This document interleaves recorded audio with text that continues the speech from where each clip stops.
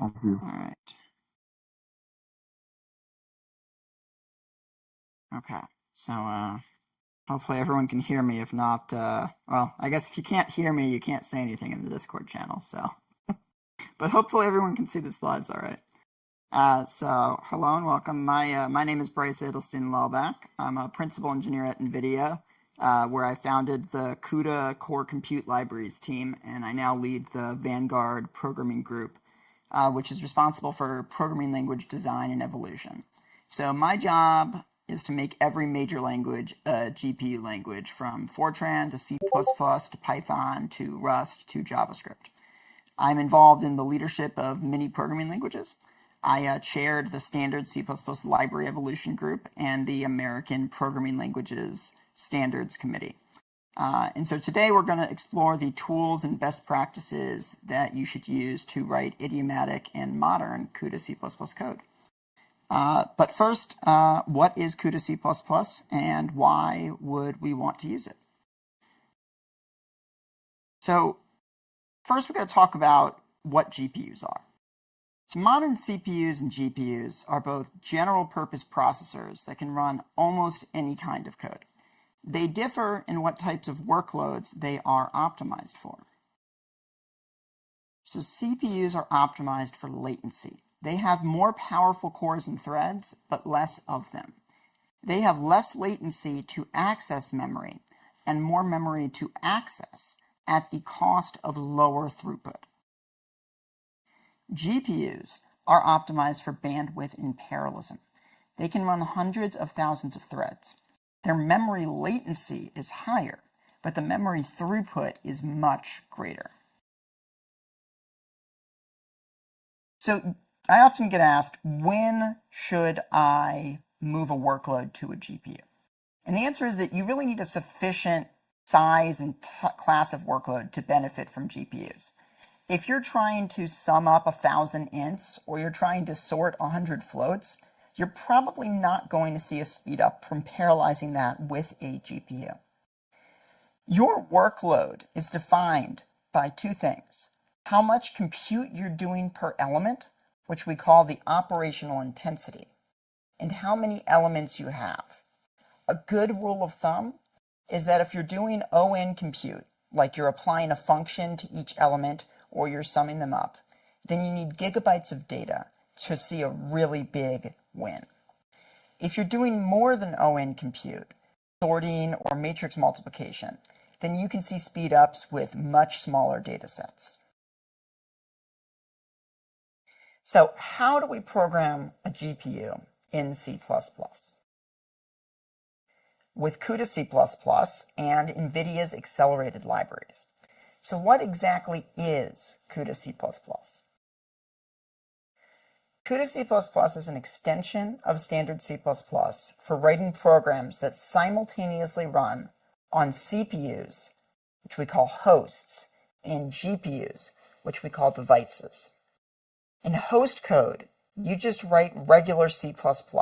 You can use all of standard C++.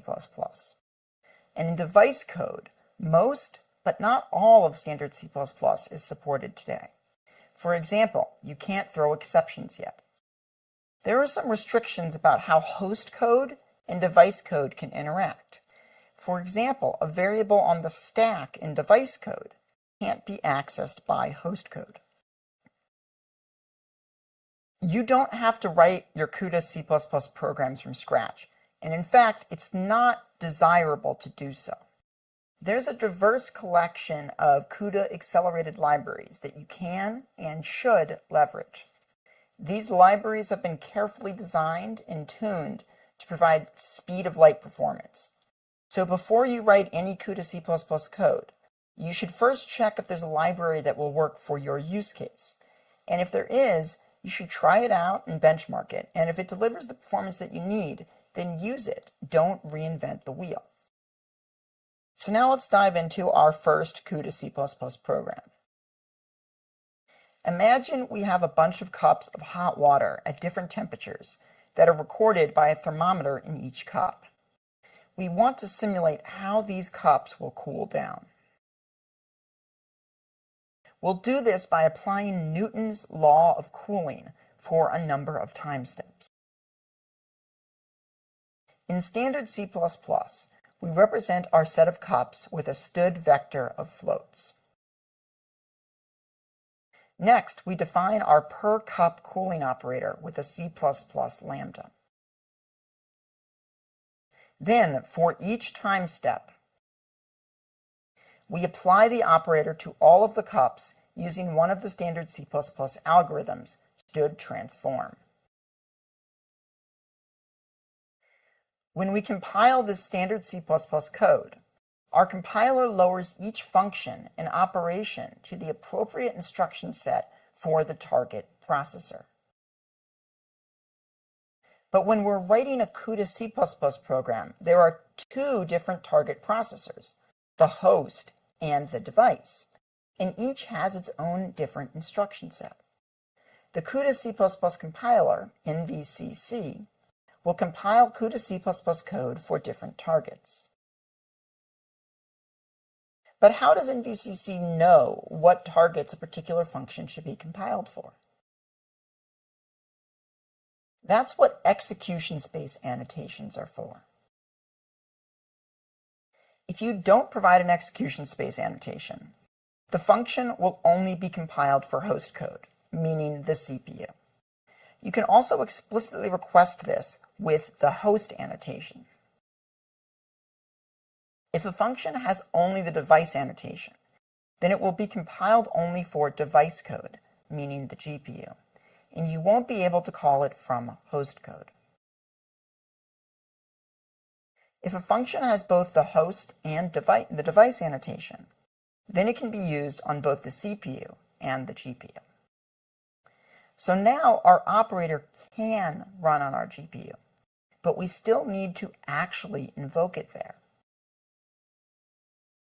Execution of a CUDA program always begins on the host. Work must be explicitly launched on the device. Transitions between host and device are always explicit. You have to call a function that launches work on the GPU. CUDA C++ won't magically decide to run things on the GPU for you. Functions that are invoked on the device will stay on the device. You can't launch host functions from the device. Going back to our example, the work we want to launch on the device is our stud transform. We can launch this on the device using thrust transform.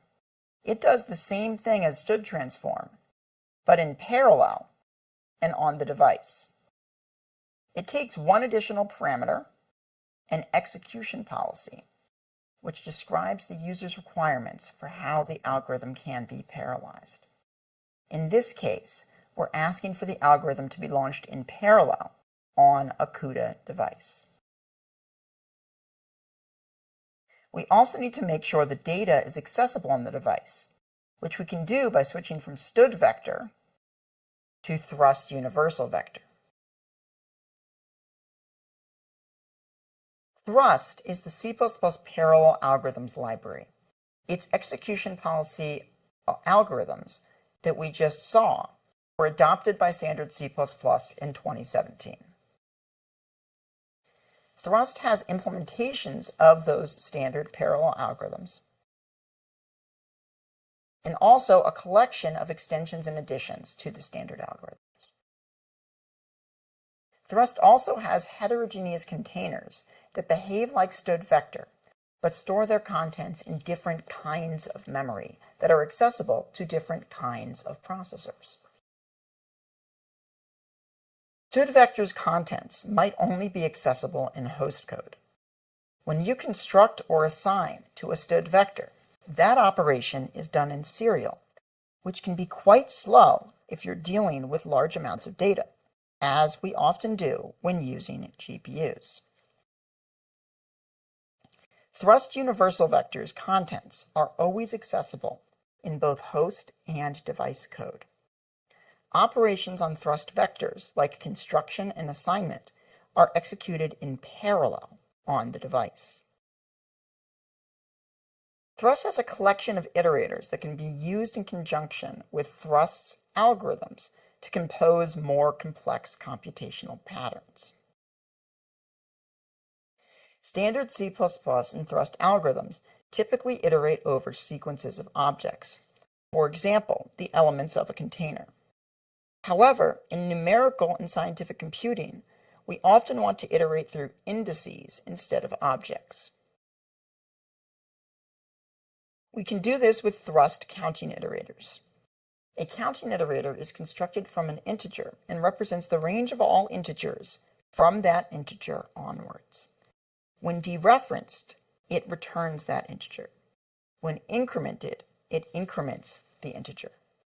By passing a counting iterator to a Thrust algorithm, like for each n, we can iterate over indices instead of objects.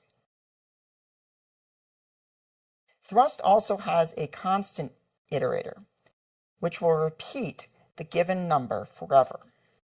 Just like a counting iterator, it holds an integer, which is returned when it's dereferenced. But when you increment a constant iterator, the iterator is not changed. Iterators can help fuse together operations into beefier and more efficient work. Suppose we want to transform some data with one function, f, and then reduce it with a reduction op g.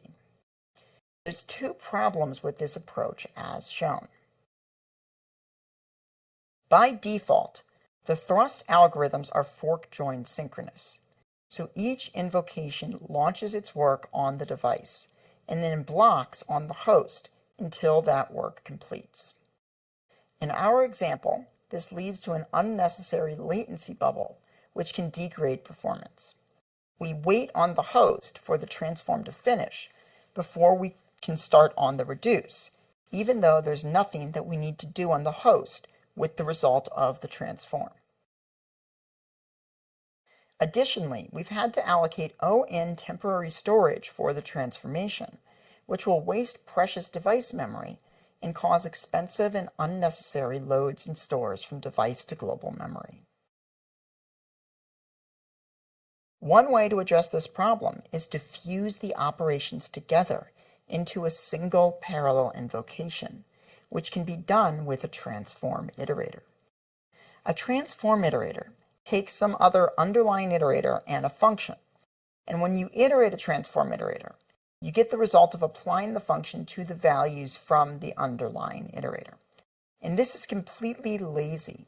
The function is only evaluated as needed when the elements of the returned iterator are accessed.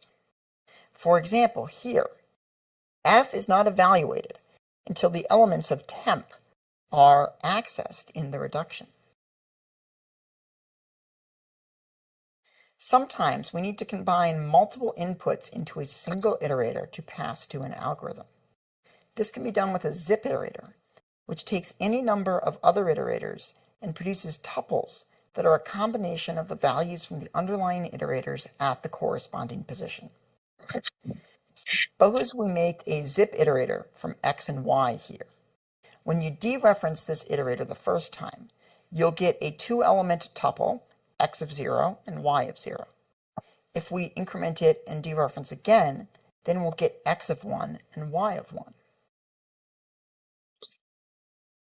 You can also use zip iterators to invoke algorithms on overlapping windows or stencils of elements. Here we're constructing a zip iterator to the adjacent pairs of elements of x, and then applying the function f to each pair with for each n. So f will be invoked with x of 0 and x of 1, and then it will be invoked with x of 1 and x of 2, etc., until the end of the iterator. Let's look at another example that combines all of this together. Suppose we have two vectors of the same length, a and b. We want to calculate the maximum difference between corresponding elements of each vector. We can do this by first calculating the difference between each two elements, and then doing a max reduction of the absolute value of the differences.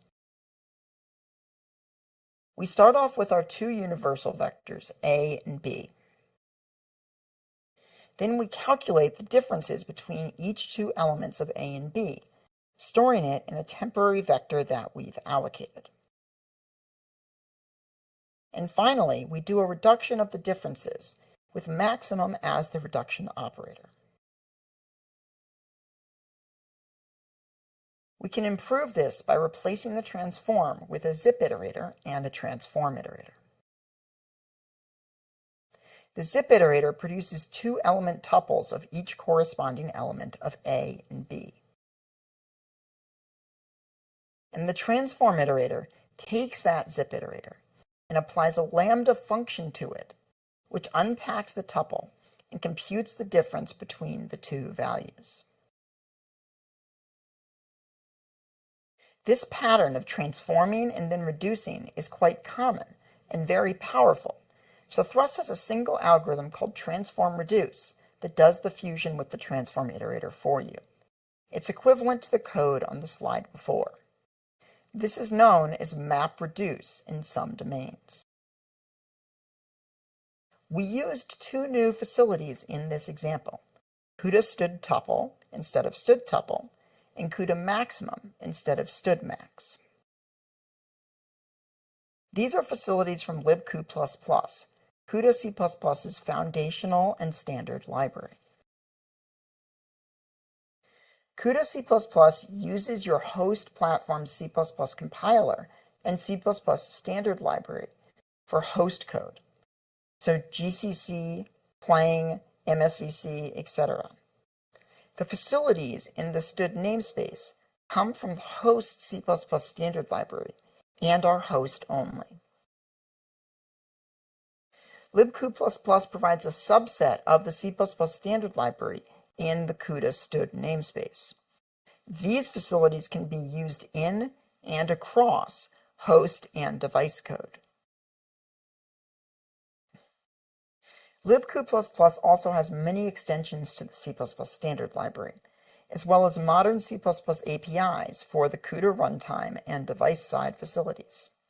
You can find these in the CUDA namespace. Beta features that are not yet stable are in the CUDA experimental or CUDA-X namespace. Now let's take a look at one of the most popular kinds of extended algorithms in Thrust, by-key algorithms. By-key algorithms will divide the input up into continuous groups and invoke an underlying algorithm on each group. For example, suppose we have a matrix and we want to sum each row. To use a by-key algorithm to solve this problem, we must first create a range of keys that define the groups. Each set of consecutive keys that compare equal defines a group. In our example, all elements in the same row should have the same key. The value of that key can be its row index. We don't have to materialize these keys in memory. We can generate them with Thrust lazy iterators. We use a counting iterator to generate the linearized location of each element. Then we determine its row by dividing by the number of columns using the transform iterator. Next, we'll need some storage for the sums for each row. Then, we'll invoke our by-key algorithm. In this case, we'll use reduce by key. The first parameter it takes is the input for the keys, which will be the Thrust lazy iterators we generated before. Then we'll have our values input, which is our matrix M. The underlying algorithm, reduce, will be applied to the values in each group. Next, we have our keys output. By-key algorithms will copy one key for each group, the first one in the consecutive sequence, to the key output range. But in our case, we don't actually need those output keys. They're going to be the same as the index of each sum in the sums vector. So we can use Thrust discard iterator to ignore the output. When you dereference a discard iterator, it returns a special object that does nothing when assigned to. Finally, we have the values output, which will be our sums vector. And that's it, we're done. There are a bunch of different by-key algorithms in Thrust, including reductions, scans, sorts, unique, merge, and set operations. These are particularly useful for batching up operations that you need to perform on different groups of data, which will enable more efficient parallel processing.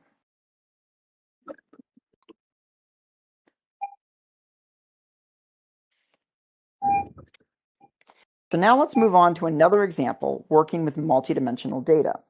Let's simulate my oven, which has a heating element on top and on bottom. And that's a picture there of me during the pandemic with a lot more hair.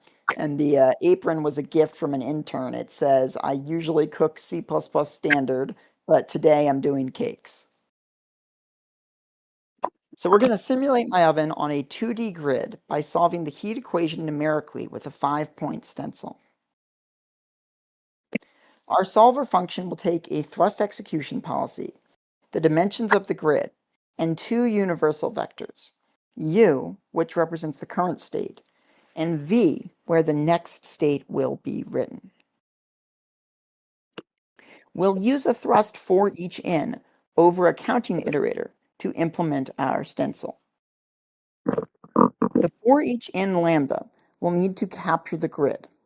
However, we can't just capture the universal vectors. If we captured them by value, we'd make copies, which is not what we want. And we can't capture them by reference for two reasons. First, while the contents of the vectors can be accessed from the device, the vector object itself may not be in memory that the device can access. Second, if we capture by reference, we store an address to the vector object. To access the data, we'd have to load the vector object, get the pointer to the data from it, and then load the data. That's an indirection, which is expensive on GPUs. It's better to just capture the data pointer directly.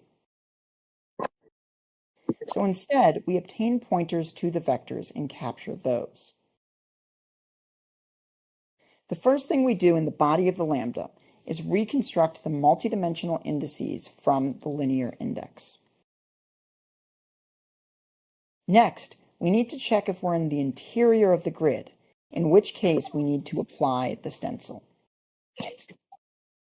Here's the stencil computation itself. On the boundary, we don't change anything. Now, there's a few unfortunate things about this code, such as the repetitive and error-prone multidimensional indexing. We need a proper abstraction for multidimensional data. That's what the C++ standard library's MDSpan is. It's a non-owning handle to multidimensional data, basically a pointer plus metadata. The layout of an MDSpan is configurable, and the dimensions can be specified either at runtime or at compile time. Copying them is cheap and trivial because you just copy the pointer, not the contents. MDSpan has a powerful slicing facility called CppMDSpan that produces new MDSpans that view a subset of the underlying data.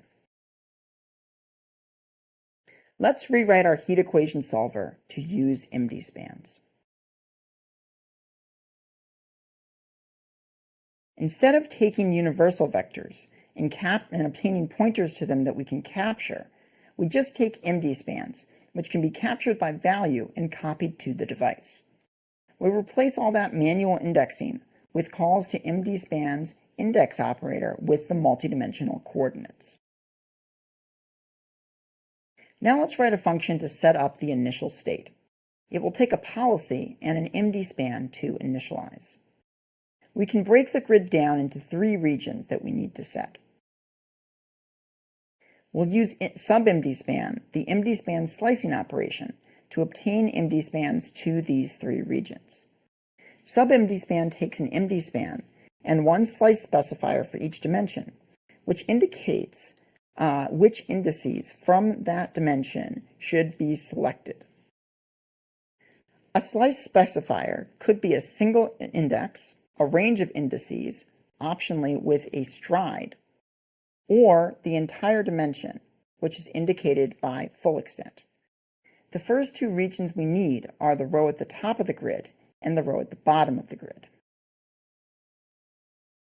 The last region is the interior points, everything except for the first and last row.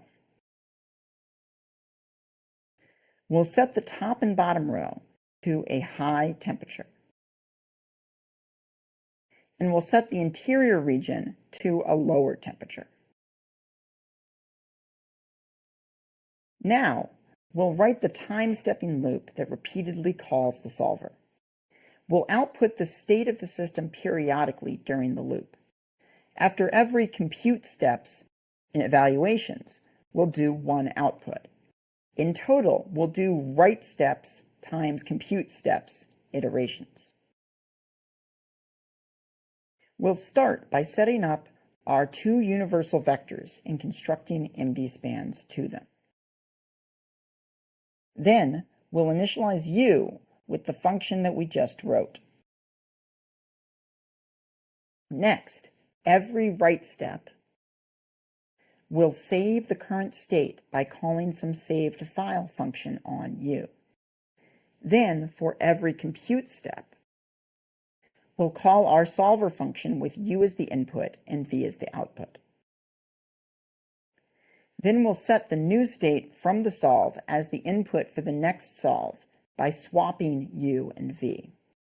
Remember, U and V are MD spans, which are essentially just pointers.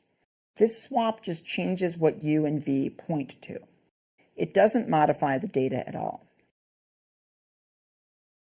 We do this because in the first iteration, we want to call heat equation U data and V data, and then we want to call heat equation V data and U data, and then heat equation of U data and V data, etc., ping-ponging back and forth between the two. Now, as we discussed earlier, thrust algorithms are all fork-join synchronous by default. They launch the device work, and then they wait until that work has completed before they return to the caller. This introduces unnecessary waiting on the host and underutilization of the device because we can't launch the next piece of work until the first one finishes. We want to be able to overlap the latency of launching device work so that our GPU will always have work in the queue and reach maximum utilization. That means we need asynchrony, and for that, we'll have to change the execution policy that we're using. The thrust CUDA par no-sync policy will cause algorithms to not wait for the device work it launches. The algorithm invocations will return immediately, and the caller will be responsible for synchronizing later. In our case, we'll need to wait on all device work every write step before we call save to file to ensure that the last compute step has completed before we begin writing. Now, this is a good start to making our code asynchronous. The next step is to use CUDA streams. A stream is a chain of device work that is executed in order. You can think of it like a queue. You can have thrust launch work on a specific stream by passing the stream to the on method of the execution policy. Here, we asynchronously launch a for each applying F and a for each applying G on the device.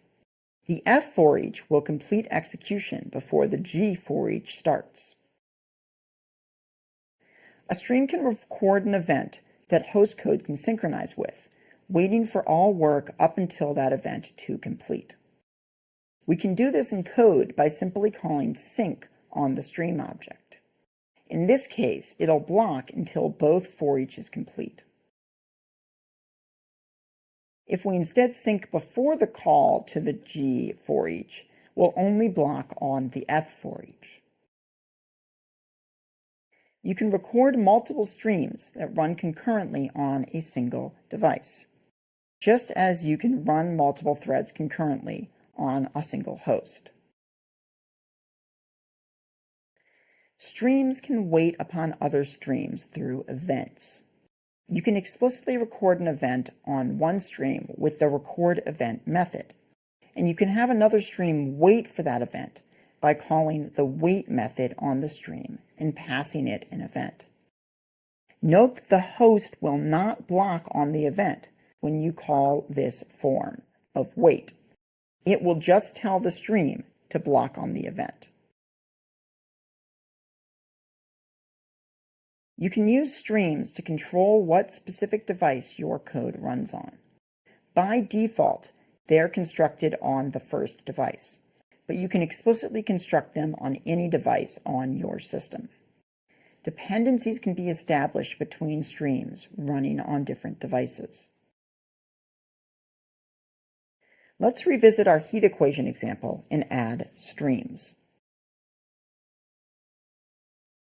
We'll create a stream, define an asynchronous policy that will run on that stream, and then use that policy in all of our calls to Thrust. Instead of synchronizing with all work on the device at the start of each write step, we'll just sync with the work on our stream. There are some limitations to Thrust's support for asynchrony. It works great for algorithms like for each and transform. But some Thrust algorithms return a result that depends on the computation. Today, these interfaces will always block, even with the par no sync policy. Algorithms like inclusive scan are fine. In recent versions of Thrust, they will not block with par no sync. Inclusive scan returns an iterator to the end of the output. But this doesn't depend on the computation, so we can just compute it beforehand by incrementing the output iterator by the size of the input. Unlike for each and transform, scan algorithms require temporary storage. Thrust must allocate and deallocate this storage before the algorithm returns. This used to block in Thrust, but now with the par no sync policy, it will use CUDA's non-blocking allocation API by default. If you pass your own allocator to the execution policy, and that allocator blocks when allocating or deallocating, then you'll still get blocking. Algorithms like CppAfrica return an iterator to the end of the output, but that depends on how many elements pass the predicate, which we won't know until the computation is complete. So Thrust must block before returning from these algorithms, even with the par no sync policy. Reduction-based algorithms like reduce, count, findIf, and max element return the result of the reduction, which requires blocking. If we need asynchronous versions of these algorithms today, there's another lower-level CUDA C++ algorithms library that we can use that is asynchronous from the ground up. That library is Cub, the CUDA C++ algorithm authoring toolkit. Cub provides cooperative building blocks for writing your own device-side parallel algorithms. But that's not the focus of our talk today. However, if you're interested in that, there was a great talk at NVIDIA's GTC conference this year about writing CUDA C++ kernels that covers how to use Cub. But Cub also exposes device-wide algorithms that you launch from the host, just like Thrust, and that's the part of Cub that we'll cover in this talk. As I said, Cub is a little bit lower level than Thrust. We just discussed how some Thrust algorithms need to allocate temporary storage, for example, reductions. We implement GPU reductions with two passes. The first pass divides the input up into chunks, each of which is handled by a block of threads, which will collectively reduce the entire chunk to a single value that is stored in a temporary array. The second pass will then use a single block of threads to reduce the aggregates in the temporary array to a single result. With Thrust, the temporary array allocation and deallocation is done implicitly within the algorithm. CUB is asynchronous by design, so it doesn't return the reduction result by value. Instead, it takes an iterator and assigns the reduction result to that iterator. So, when we call a CUB reduction, we need some device-accessible storage for the result. With CUB today, we must allocate the temporary storage explicitly.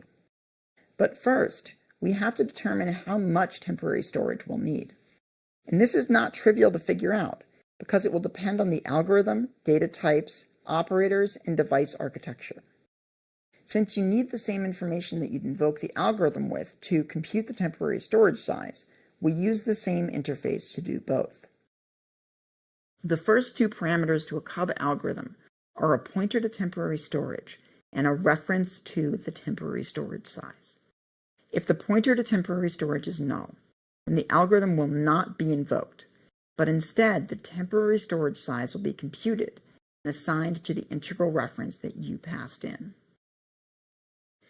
Next, we need to allocate the temporary storage, which we can do with a vector of CUDA std bytes. Finally, we call the algorithm again, passing in a pointer to the temporary storage this time. The work will be asynchronously launched on the device. Let's rewrite our heat equation solver from before to use CUB. CUB has a 4H algorithm just like thrust. Since this never needs temporary storage, you don't need to pass a temporary storage pointer or size in. CUB algorithms don't take execution policies, so we don't need to pass that in anymore. But we can specify what stream to run on. It's always the last argument to a CUB algorithm, so we'll pass that in instead. We're still using a counting iterator here. Thrust iterators work great with CUB, and it's common for people to use them together. But CUB is a better algorithm for this particular use case of iterating an MD-span. For each in extents, which takes an MD-span extents object instead of an iterator, and calls the operator with the multidimensional indices. You don't have to reconstruct the multidimensional indexing yourself, which reduces complexity and increases performance. CUB will do that reconstruction for you in the fastest way possible.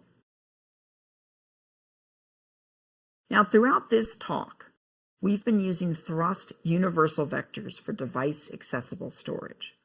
Universal vectors are implemented with CUDA unified memory.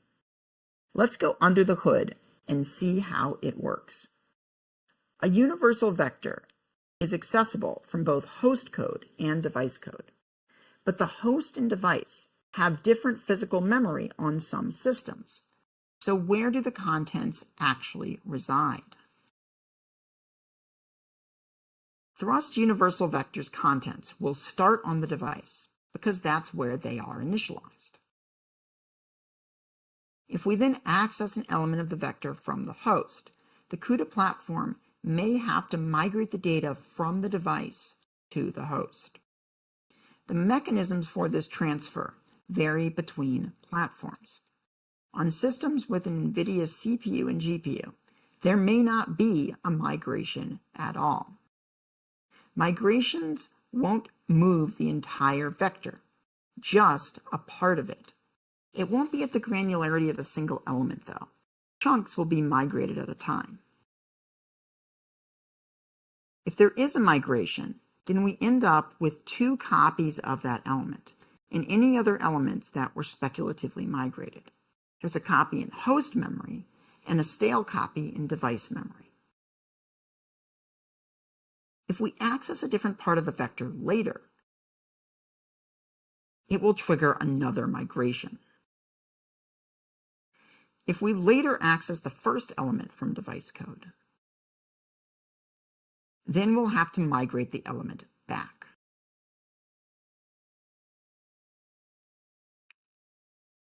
With CUDA unified memory, transfers are implicit and piecemeal. This has advantages. It's simpler to program. It allows you to oversubscribe GPU memory, and if we're not accessing the entire contents, it may actually be more efficient. However, if we're iterating through the entire vector, it will be less performant to migrate the vector piece by piece instead of doing it all at once. Unified memory is just one option available to us. It's the most user-friendly, which is why we've started with it. But we can also allocate memory that is tied to a particular target. Host vector will allocate memory that can only be accessed in host code. And device vector will allocate memory that can only be accessed in device code. To transfer data between memory spaces, we can use thrust copy, which works just like std copy. But unlike std copy, thrust copy understands different memory spaces and the various ways of moving data between them, and it will dispatch to the correct and most optimal mechanism possible. If we take a look again at our heat equation code, our saved file function will access the entire U vector on the host. Instead, we can create a staging buffer in host-only memory and explicitly copy from our problem state in device memory to the host memory staging buffer with thrust copy. So now, not only is our memory transfer more efficient, but we are also overlapping the compute with the I/O. Our code will first initialize the problem state asynchronously on the device. Next, we'll enter the outer write loop on the host. Every write step, we start by copying U to buff. Then we immediately wait on the stream, ensuring any previous compute and the copy have completed before we continue. Next, we asynchronously launch our heat equation solver compute steps times on our stream. Then, on the host, we start outputting the staging buffer at the same time as the heat equation solves are happening on the GPU. And we repeat this for every iteration of the outer write loop.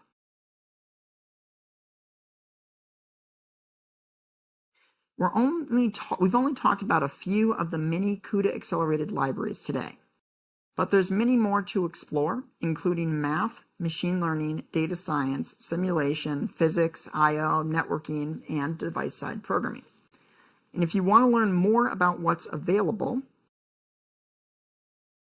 if you want to learn more about GPU programming, we have a ton of great talks available to watch on demand from GTC 2025, NVIDIA's developer conference.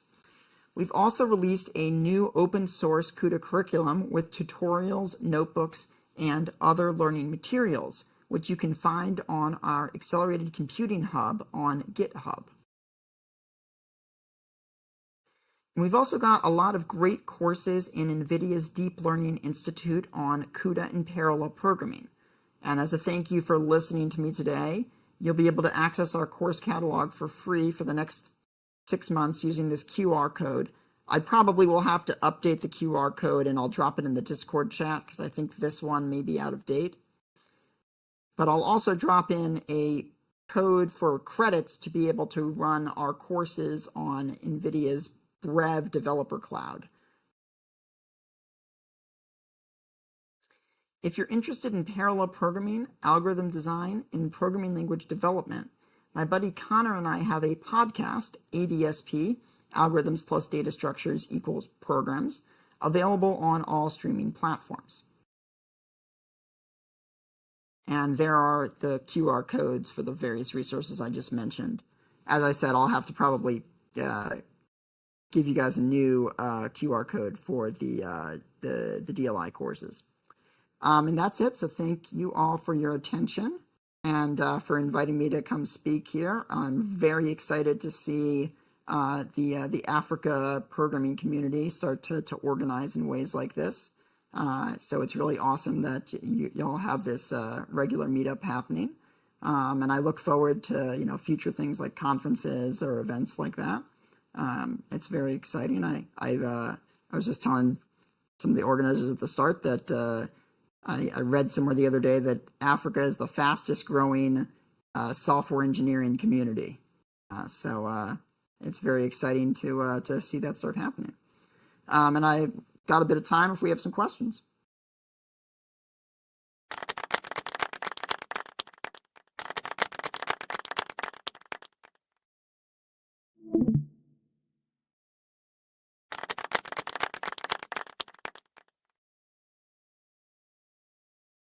So anyone have any questions? You can put, if you don't feel comfortable like saying your questions out loud, maybe you can put them in the meeting room chat, and I'm happy to just take the questions that way.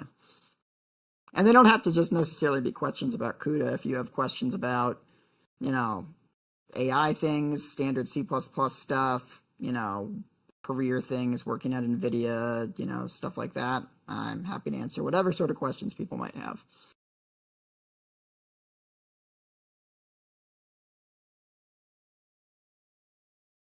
Someone's got to go first. I know you all probably have something that you're thinking of. Okay, Joe, you can unmute yourself. Sorry, you're muted. Emmanuel, sorry, I mean. Okay, so how did you start out in NVIDIA? So at the start of my career, I dropped out of college the first time around because I was studying in a different field, and I really just didn't like school.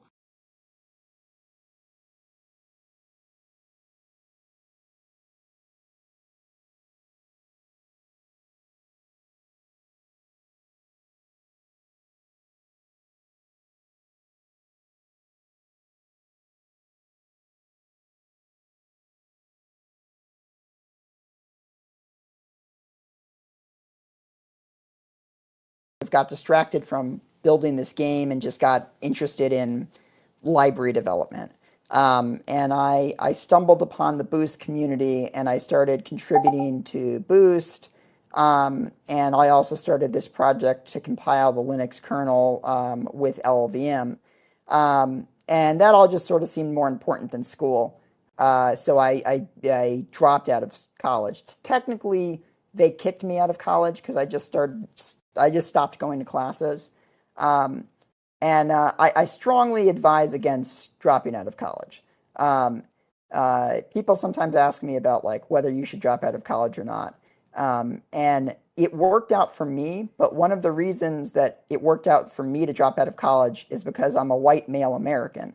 So I can drop out of college and I can get a job at, pretty much any country, anywhere in the world. For a lot of other people, it's important to have a degree because if you want to get a visa to come work in the US, you better have a college degree or you're not going to be able to do that. So I don't want to advocate for dropping out of college. It worked out for me, but it's not the right choice for everyone or even for a lot of people. But after I dropped out, I was living at home and my parents were not happy. So I needed to find some sort of job, and I started consulting for a couple compiler companies. But then I knew this person through IRC. And for the young people here, IRC was basically the equivalent of Discord before there was Discord. So I just knew this fellow from, this Discord-like thing who worked on Boost, and I had been collaborating with him on some open source contributions. And I just sort of told him I needed a job, and he said, well, why don't you come down to Louisiana and come work at my research center? So I convinced my parents that this guy on the internet was, not gonna kidnap me or something. And then I flew down to Louisiana, which is the other part of the United States from where I lived. And I started working for him. And we were working on this distributed runtime system for high-performance computing. And so sort of from the start of my career, I've always worked on concurrent and parallel programming systems. That's sort of my expertise and specialty. I've always been in that field or in the field of programming languages. And so I worked there for him for some period of time, and he was a really impressive guy. His name's Hartmut Kaiser. And a couple months after I started working for him, his boss decided to go to another institution, and Hartmut decided that him and I should stay and start our own research group. And I was like a 19-year-old college dropout at the time. So I told him, like, I don't know how to start a research group. And he was like, well, I don't really know either, but we'll figure it out. So we started our own research group there, and I worked there for about 3 or 4 years. And it was a very surreal experience where, like, I was managing PhD students and purchasing equipment for the state when I was this very young person who just dropped out of college. And he convinced me to finish my degree while I was there because it was the easiest way to keep me employed. And this is a great example of why one should not drop out of college, because if I wanted to work at this research institution, they couldn't hire me as a full-time staff because they could really only hire people who were graduate students or PhD students as full-time staff. But if I was at least an undergraduate student, he could employ me temporarily. So he convinced me, or sort of tricked me, to go back to get my degree. I got a degree in mathematics, in applied math. I didn't want to get a degree in computer science because I was pretty arrogant at the time, and I thought that I would probably think that I was smarter than my computer science professors, and so then I would, like, clash with them. And so I figured I should go get a degree in a field where I don't really know anything so that I'll be respectful to my professors because I won't think that I'm smarter than them. It's kind of like, you know, if you're going to go get a degree, you should get a degree in something that you don't know, not something that you're already pretty knowledgeable in. So I was like, well, I don't know math, so I'm going to go get a degree in math. So I did that, and then I decided after that that I wanted to get out of Louisiana. So I went to go work at Lawrence Berkeley National Lab, which is one of the U.S. Department of Energy labs, which is basically the federally funded research institutions in the U.S.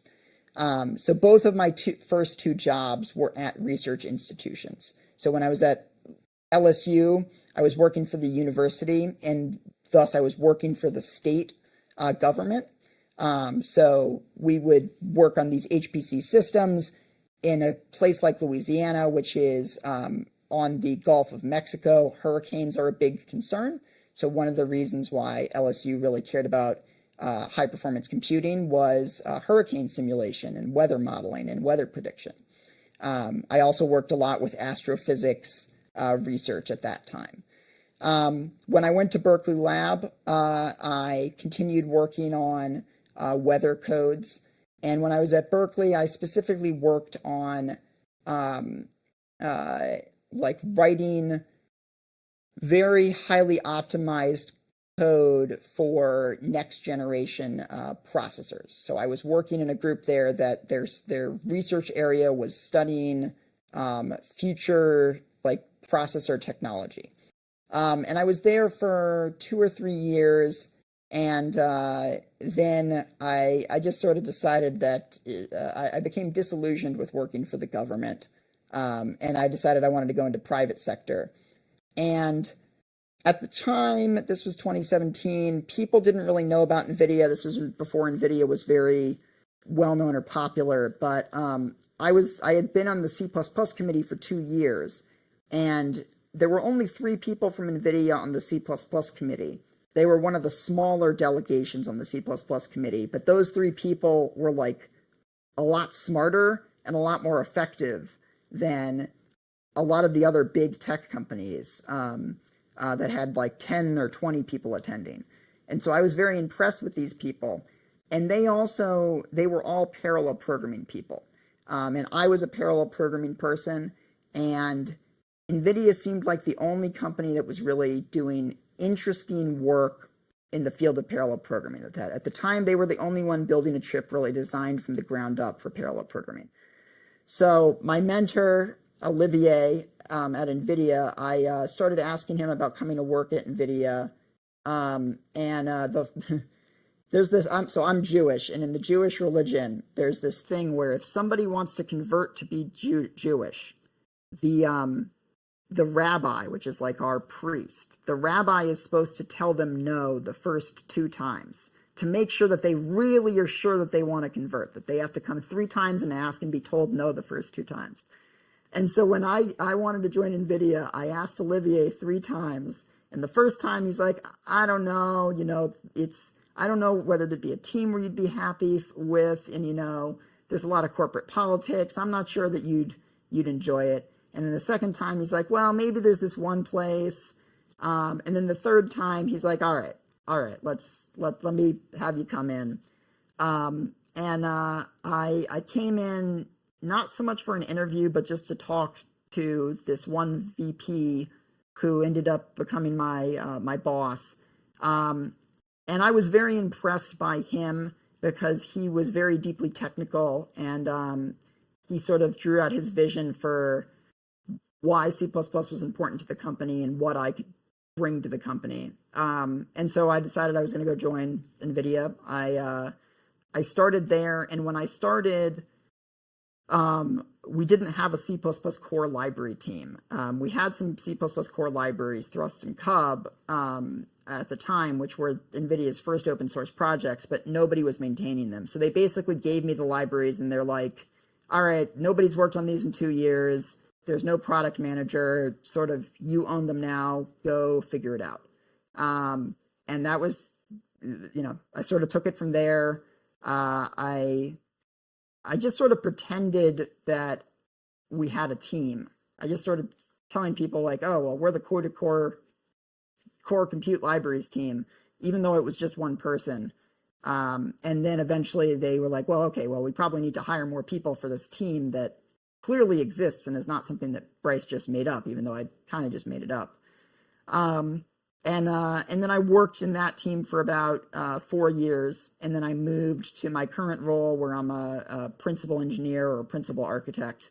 And now I work with a whole bunch of different teams on different projects, and I sort of get involved in a project when the project is launching, like when the project is like in the prototype phase, when it's first starting. And then I also come in and get involved at the end of the project when we're ready to like launch it and promote it out to users and start teaching people about it. Okay, so that's a long-winded answer, but that's sort of how I ended up at NVIDIA. But those were all in the those were in the days before AI, before like, that was 2017, so that was not real. That was really before we realized that AI was going to be a big thing. Any other questions? Wow. That's a lot. Thank you very much for sharing your experience. You're welcome.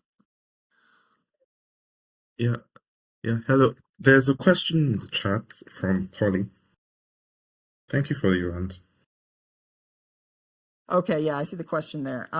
Okay, so the question is, I've been taking some time to dive into CUDA programming, but I'm having slight issues bringing myself to understand how kernel execution configuration, specifically grids and thread blocks, maps to the GPU architecture, specifically the streaming multiprocessor and CUDA cores. I think I've got a slide I can show that will illuminate this a little bit. Let me see if I can remember what slide deck that's going to be in.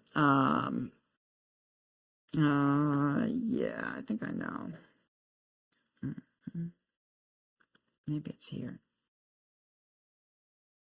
No. Let's see. Yeah.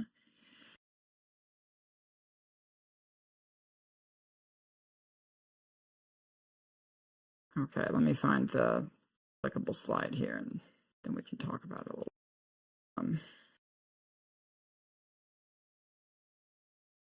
So the basic GPU architecture, the GPU has a number of cores that are called SMs.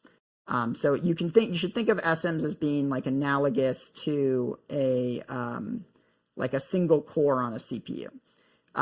But just like how CPUs can have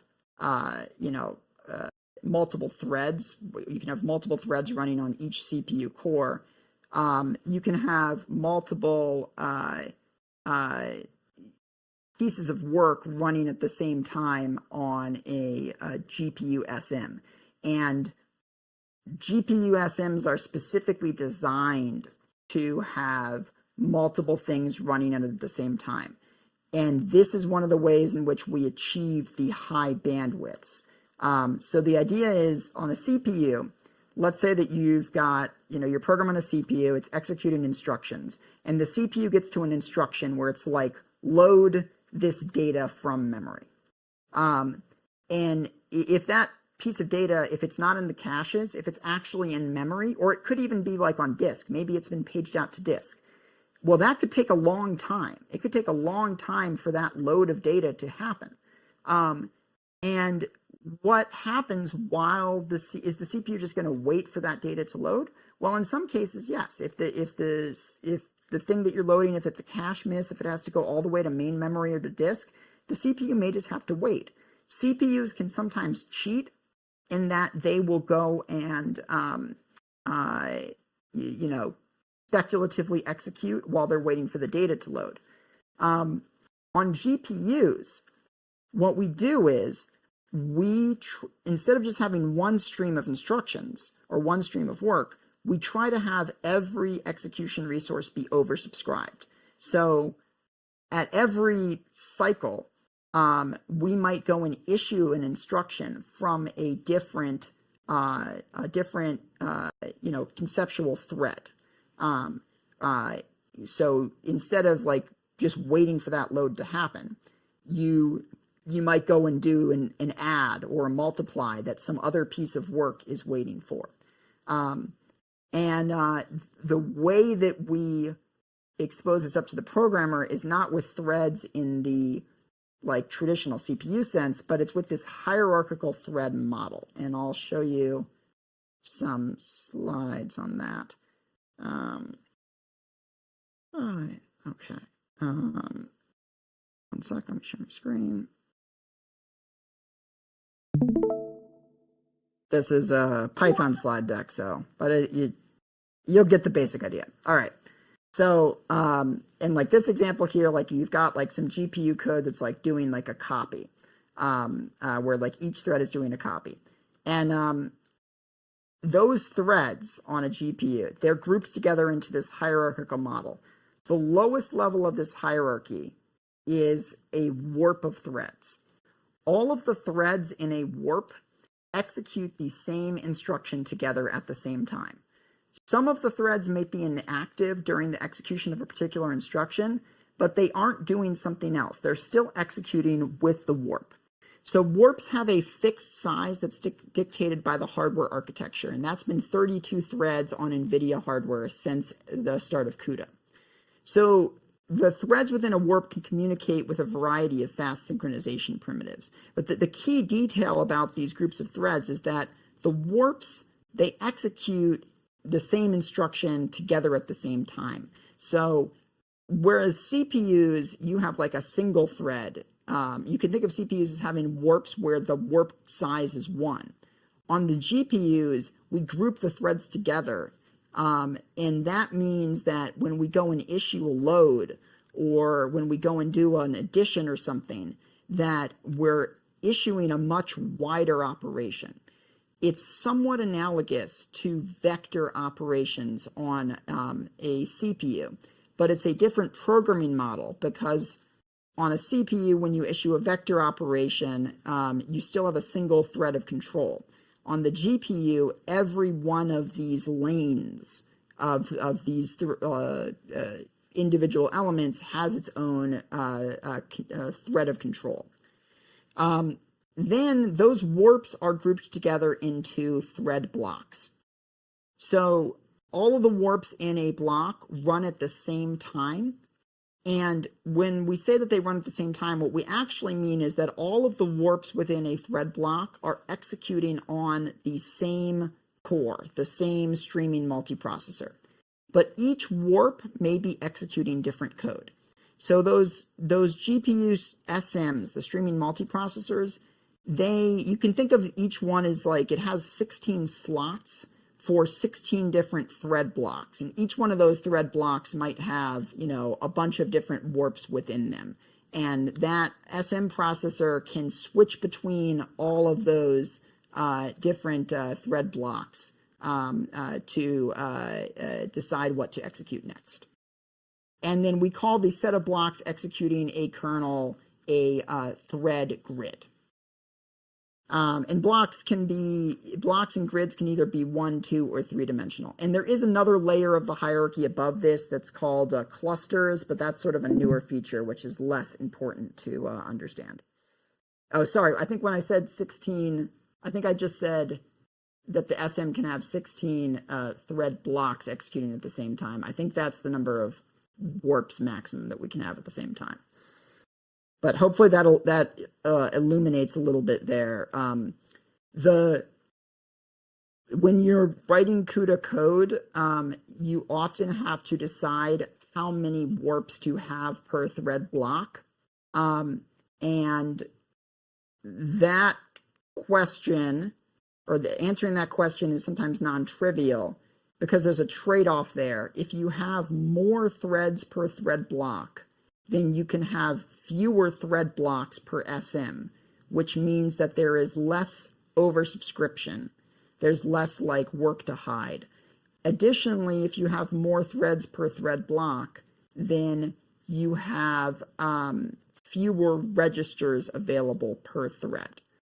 So you can do sort of less work per thread, or you can store less local data per thread. Typically, we just tell people to sort of auto-tune on that parameter. But the goal that you're trying to optimize for when selecting your kernel execution configuration is you're trying to maximize occupancy.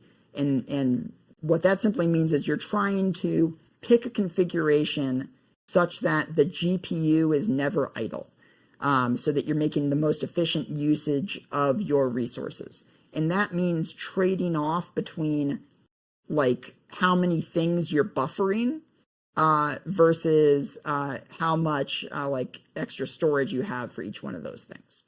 And there's a variety of other parts of that trade-off too, like when you have larger thread blocks, then synchronization costs are higher because you're synchronizing among more threads. But if you're interested in learning more about that level of detail of things, we have a lot of great learning resources on our Accelerated Computing Hub.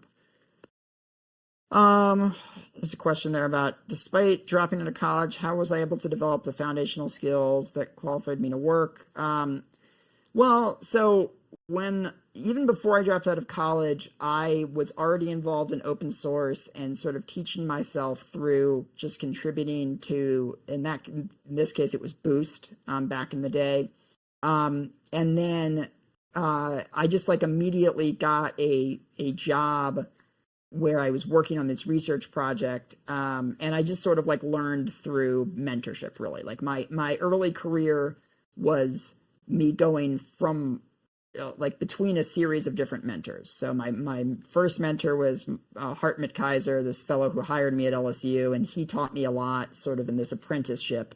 And then I went on and had other mentors at Berkeley Labs, like Sam Williams and Hans Johansson, who were people I worked with closely there. And then when I went to NVIDIA, I had my next sort of big mentor in my career, who was Olivier Giraud, who was a hardware architect at NVIDIA. And so I just sort of learned on the job. I'm a very hands-on learner.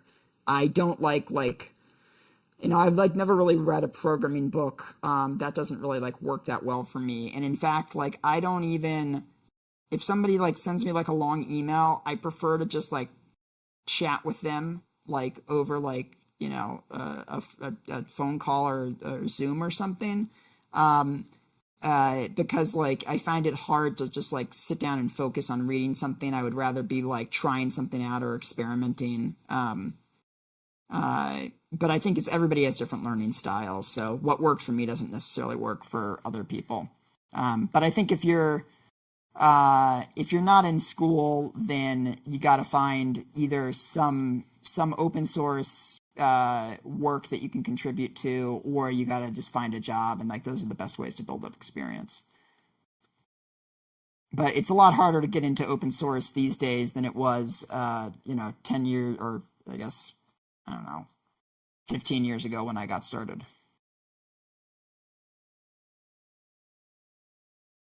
Hey, following up on Polly's question on the low-level parts, I've Yeah. noticed a bit of there's this drive towards abstracting many of CUDA features. For example, Yeah. this presentation was on trust, and there's Qtile, there's CUDA, all the others. Yeah. And okay, so one thing that was really surprised or seemed like very, because when I looked at CUDA earlier some years ago, where all these grids and warps and thread blocks that you mentioned, but then how are they managed within this PAR, like execution policies and things like and also I saw you described the memory, that's the how do I put it, the memory process, that's like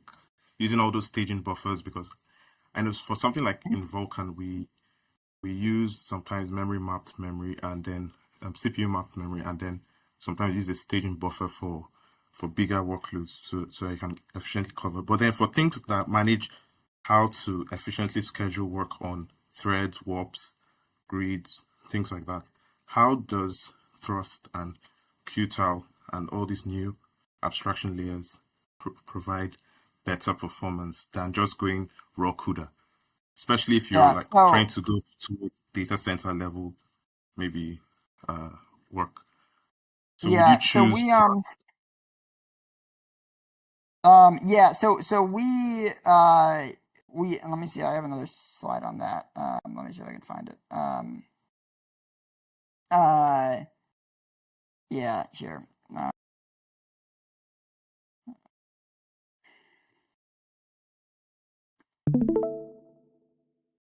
Yeah, so we generally tell people these days, like, you should use libraries and high level abstractions first, and only if those don't work for you should you drop down to write like lower level code. And the reason for that is that you're going to get worse performance if you try to write like your own hand-tuned code than if you use libraries and abstractions. And the other problem is one of portability. So let me, I think I've got another slide I can show on this. Part of this is like this trend is accelerating. For a long time in CUDA's history, you like from basically 2017 or so until the last year or two, regular people could write kernels and sort of be okay, and be able to get decent performance. Like it was challenging, but you didn't have to be like a real true ninja or wizard. But that has now changed a lot. And let me show you some of the ways in which this has changed. So we used to like let's take like loading and storing data. So the when I was showing you the last slides I was showing you with the little Python code example of like memcopy, you used to be able to write like a pretty naive memcopy and get decent performance. You can now no longer do that. And writing like a good, like even something simple like memcopy for a GPU is now incredibly hard. One of the reasons for that is that in the search for performance, we've had to break a lot of abstractions. So you often think about a processor core as being like a monolithic thing where you feed it in instructions in order, and then it does those instructions. But the reality is that processor cores aren't monolithic. Processor cores have a bunch of different components. So like there's a component that loads and stores data. There's a component that does addition. There's a component that does multiplication, etc. And all of these components can execute at the same time.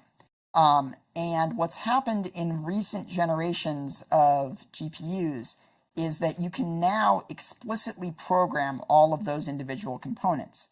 And in fact, if you want to get speed of light performance, you have to explicitly program all of those individual components. The problem is that adds a lot of complexity. That even if you're doing something simple like, memcopy, where it's just like copy each element from, one array to another array, what you have to do now is you have to say like, okay, asynchronously start copying, 4 bytes from this array to this other array.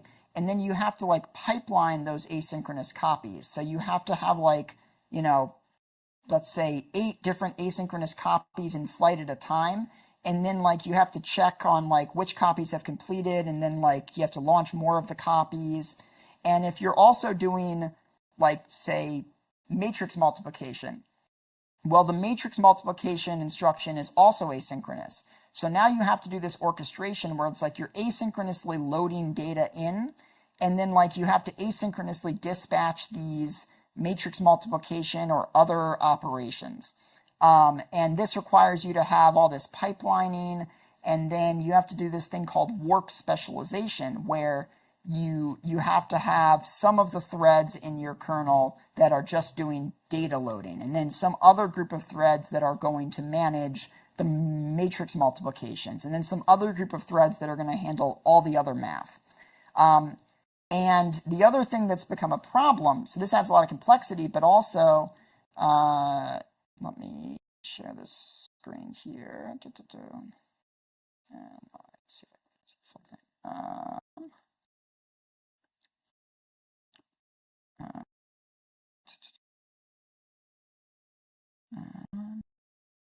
There we go. Let me navigate a little bit to where I want to get to. So yeah, I think here's good. Okay, so there's also a lot of different places where you can store data. So every individual thread has multiple different options for where it can store variables. So there's register memory, or like stack memory. There's this shared memory that CUDA has. We now have this new thing called tensor memory, and if you're writing kernels yourself, you have to decide which of these types of memory do you want to store stuff in, and when and how do you want to move stuff between these different types of memory. And you also have to decide on like how are you going to lay out data in memory. And as I was just getting to, there's a bunch of different memory movement strategies now. So you can do synchronous copies, which is the old way of doing it, which is usually pretty slow. There's these asynchronous copy operations. Originally, those asynchronous copy operations were every thread would do an asynchronous copy. But now we have new asynchronous copy operations that are at the block level. So you have a copy operation that's issued for the entire block. So this is all getting to be a whole big mess. And then you also have a bunch of different compute strategies too for how you do your actual computations.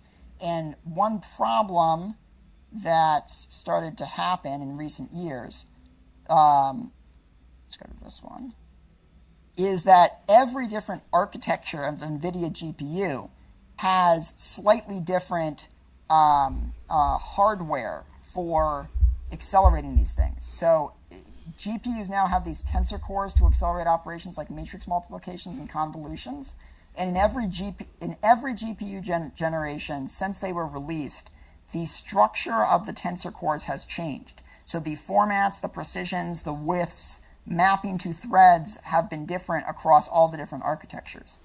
And so this has forced people to have to rewrite their code for every new GPU that we release. So like you write some kernel, maybe you write something that's like really fast, but then the new GPU comes out and everything is different. So it's these two problems. It's that things change every generation, and then also the number of tools in the toolbox is like growing pretty substantially. So now you have all these different strategies for how you load and store data, for where you can store data, and this all can be pretty overwhelming. So especially in our latest generation of hardware and Blackwell hardware, basically everything had to be rewritten for Blackwell. So everybody's code that might have performed for like the past 5 to 7 years, all of it had to be changed and adapted to run on Blackwell. And you don't want to be the person who's writing like the low-level code. If you're using libraries, then you don't have to worry about all of this, because under the hood, the libraries are using heuristics to decide what to do. So you asked about like how is this actually implemented? In some cases, we just have like ninjas who write, very like high performance kernels. So like libraries like cub and thrust, like somebody goes and does research and figures out the best way to write a copy or a reduction. And then they put heuristics in. So they figure out how to tune that copy or that reduction to be good across, like for a wide variety of different use cases. So, if you're doing reductions over integers versus floats, there might be a different strategy.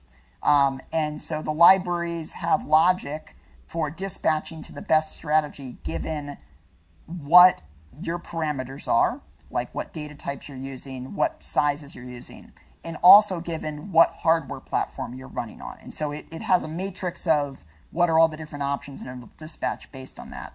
The other thing that we increasingly are doing is a lot of these things are now implemented with compilers or DSLs. So we have a lot of MLIR dialects. So we'll have some compiler that will lower down high-level operations. This is how things like Qtile or Triton work. It's a compiler, you express your program in this high-level array-oriented syntax, and then the compiler, not a library, the compiler has logic for how it takes your code and maps it down to hardware. And the compiler does the same thing, where it has some decision tree where it's like, okay, are you trying to do this type of operation, and then what hardware are you on, and then like I'm gonna generate code that looks like this given these circumstances. So long story short, this is all very complicated. Try to write higher level code because it will be more portable. If you write the high level code, you don't have to rewrite it every generation, and it will be more performant. Maybe in the except for like a few cases. Like there may be some cases where writing code by hand would, in theory, get you better performance. But you have to ask yourself, am I really going to be able? Am I really like, one of the top 10 people in the world to write this type of thing? And also, do I want to invest all of the time and energy into doing that? Okay, thank you. That was very informative. Yeah. Any other questions? Hello. Okay, Hello. there's this library, Parrot. I don't know if you've heard of it. Yeah. Okay. So it's Yeah. My best friend Connor is the guy who's made Parrot. Okay. Right. So is it something? Would you recommend it over Thrust, or is it? Yeah, I would recommend it over Thrust. I think it's more modern than Thrust, and it does a number of like optimizations that Thrust doesn't do. Parrot is like a research project, so it's not maybe as mature as Thrust, but the programming model I think is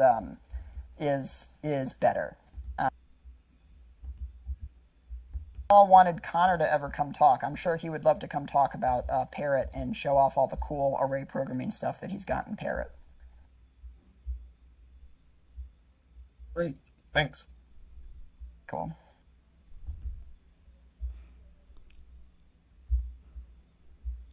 Hello, can you hear me?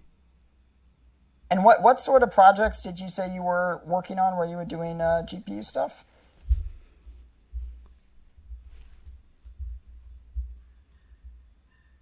Okay, there was one I was using Vulkan Compute, Mm-hmm. a, a library that uses compute shaders. So I was trying to match Kubla's speed for gems. That's general Mm-hmm. purpose yeah, matrix multiplication. So yeah, it and just the kernel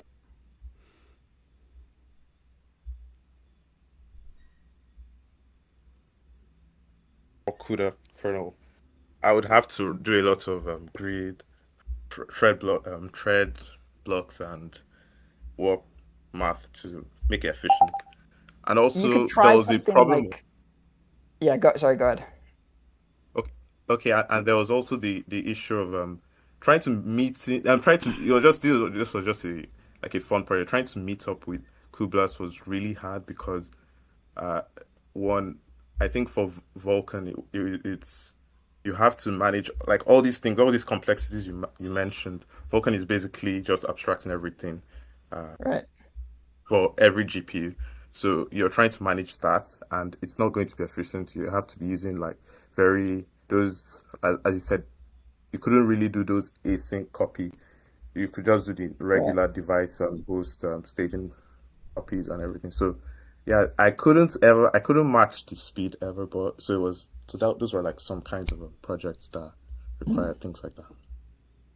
Yeah, cool. If you're ever interested in trying that out more, you might check out Qtile, or then there's also this thing called Qt DSL, and Qt DSL is specifically something for writing high performance like gem kernels. Okay, thank you very much.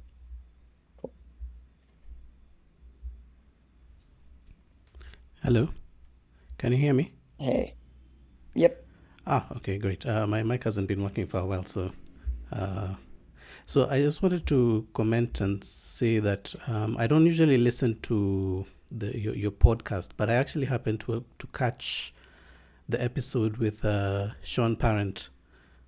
I think yeah, over Christmas around that time.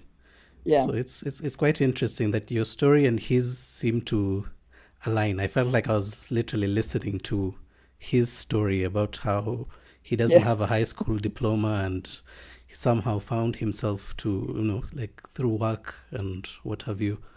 And now he is one of the most renowned C++ great people, so to speak. yeah. So I found that quite interesting. The other thing I wanted to talk about is I watched your talk last year at meeting C++ on Hmm. parallel algorithms.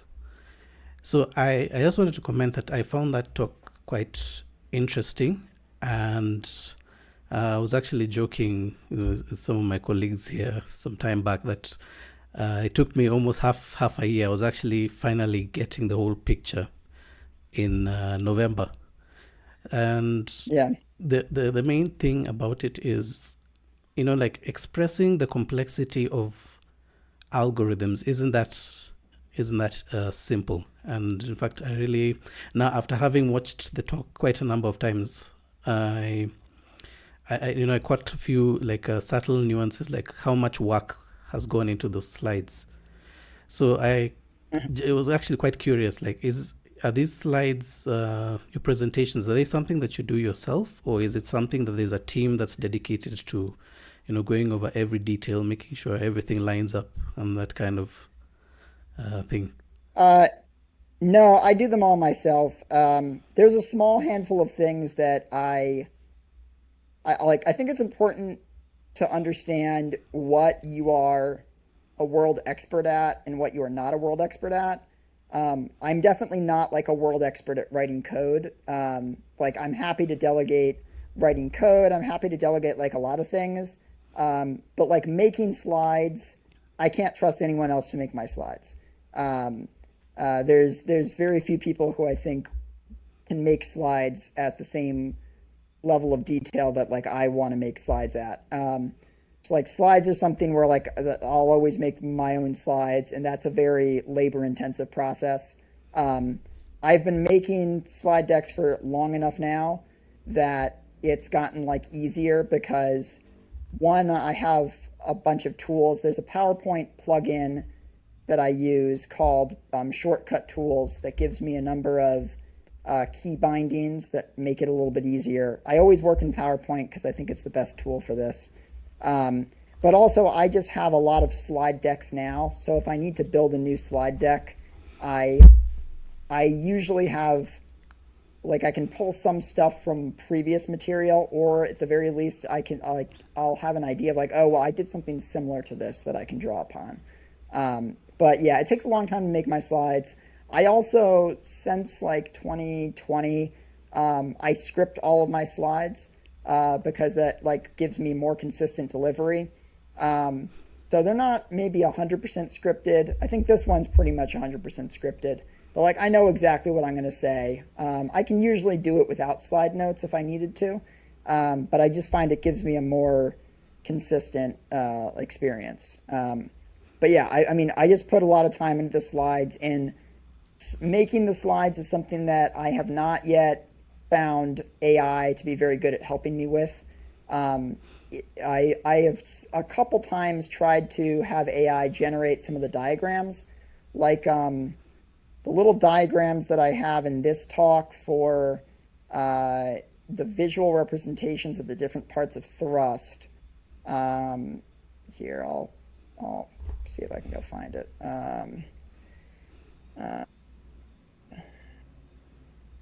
Yeah, here.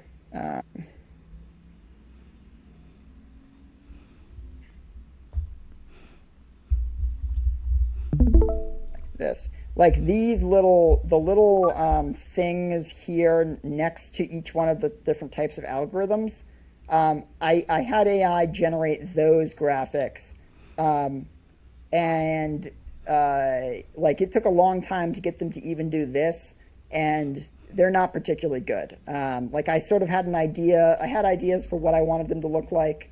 Like the first one next to standard algorithms is supposed to look like a simplified version of a reduction algorithm. And then the extended algorithms one, I don't even remember what that was supposed to be. The iterators one is supposed to like show like chase like a sequence of things. But like they're okay, they're not great.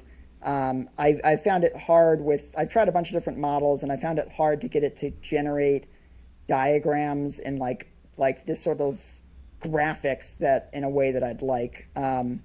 It's very good for code, very good for a number of other things, but for like things that have a design sensibility, I still do a lot of that by hand. Okay, that's really good to know.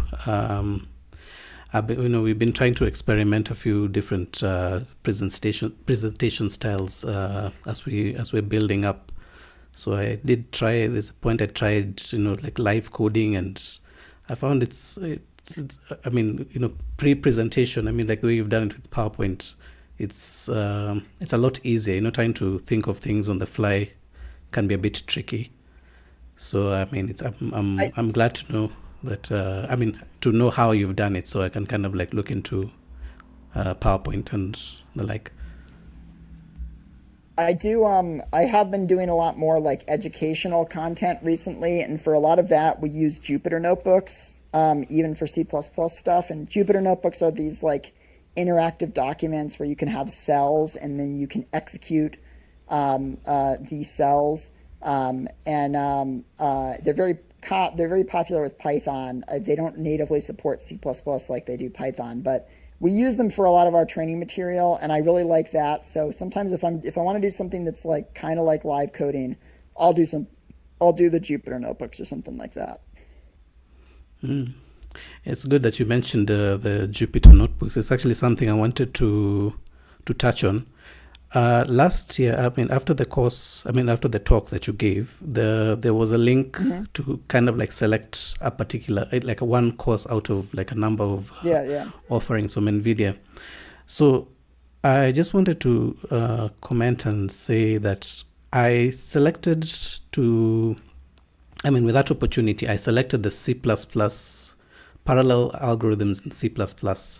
And that's actually watching that and working through that is what helped me now to really understand what you were getting at with in your presentation, particularly the use of indices, to iterate through to tile up and then use indices over the different passes over. I'm trying to see how to put it into words, but the point is that working through that helped me to work through the mental picture of working with parallel algorithms. So what I've actually, it's been coming to my mind quite a bit, because that was, I think, a link for just a few, it was a time limited offer, so to speak. Yeah. So I just wanted to request if it is possible to have that, especially the C++ course. I know, some of the courses are free. Some are paid, then, kind of you can get a promotional link. But I really found that particular presentation on C++ so important that I'd wish, more people to have access to it. So I don't know if it's something that you'll be able to do, from within NVIDIA. Yeah, so we actually do have that course available for free, or the course material at least is available for free on our Accelerated Computing Hub. And we have a number of tutorials available on the Accelerated Computing Hub. I actually maintain the tutorials there. You can run some of them through Google Colab for free.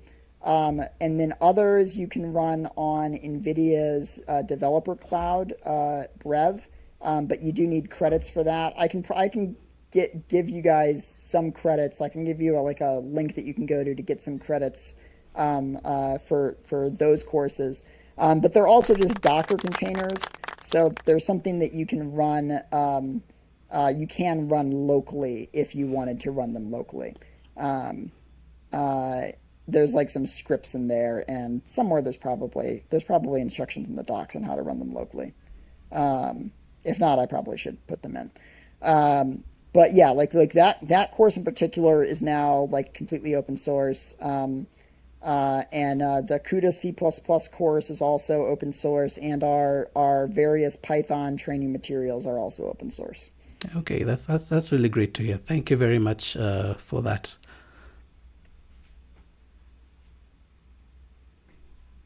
All right. Anyone else have questions?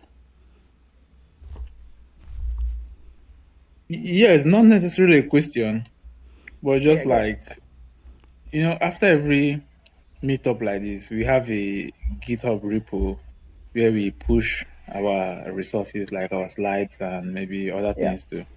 I'm also suggesting that you also do the same, so that we can have a copy of what you've done, sure. or what you presented. Yeah. If you just point me to the repo, I can do that. All right, I will.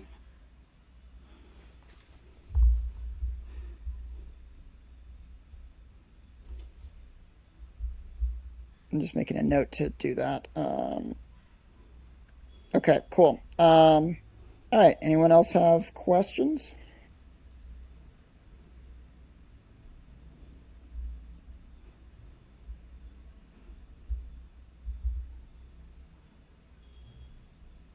Cool.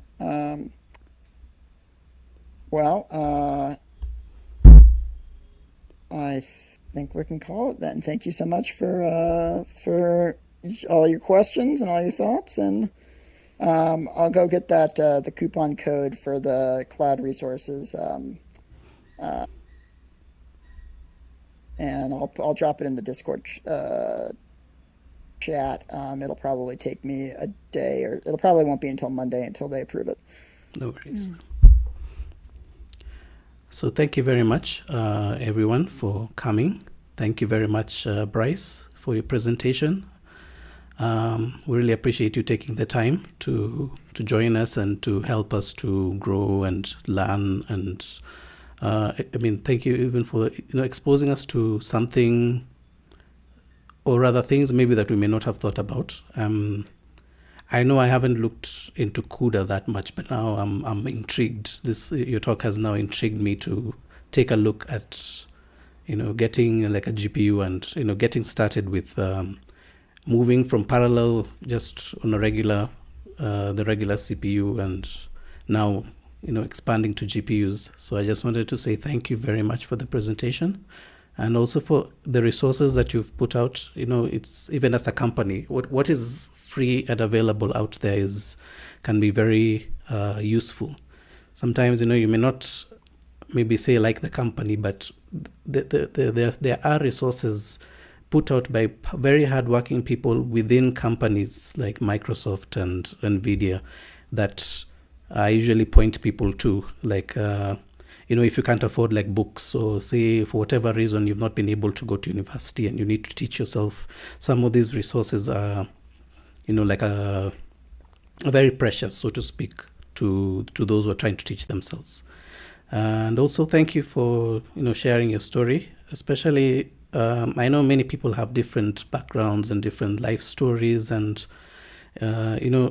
it's easy to get discouraged if you're not in the traditional, kind of like, went to university at a certain age or at a certain time and got a job and the like. So it's inspiring to hear different stories from different people. So thank you for sharing your story, and thank you very much.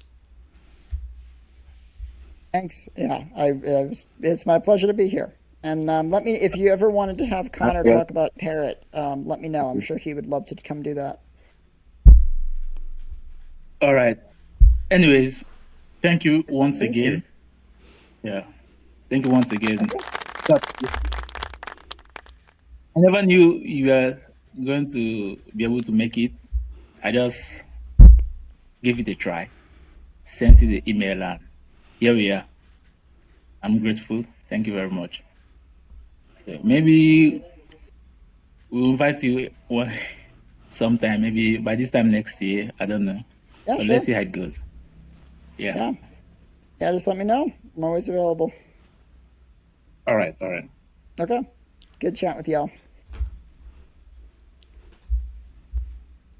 Okay, bye. Bye, everyone.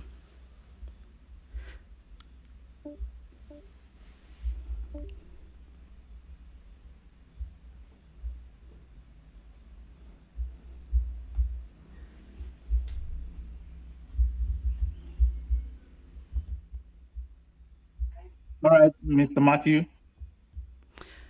Okay, I'll see you. Thank you.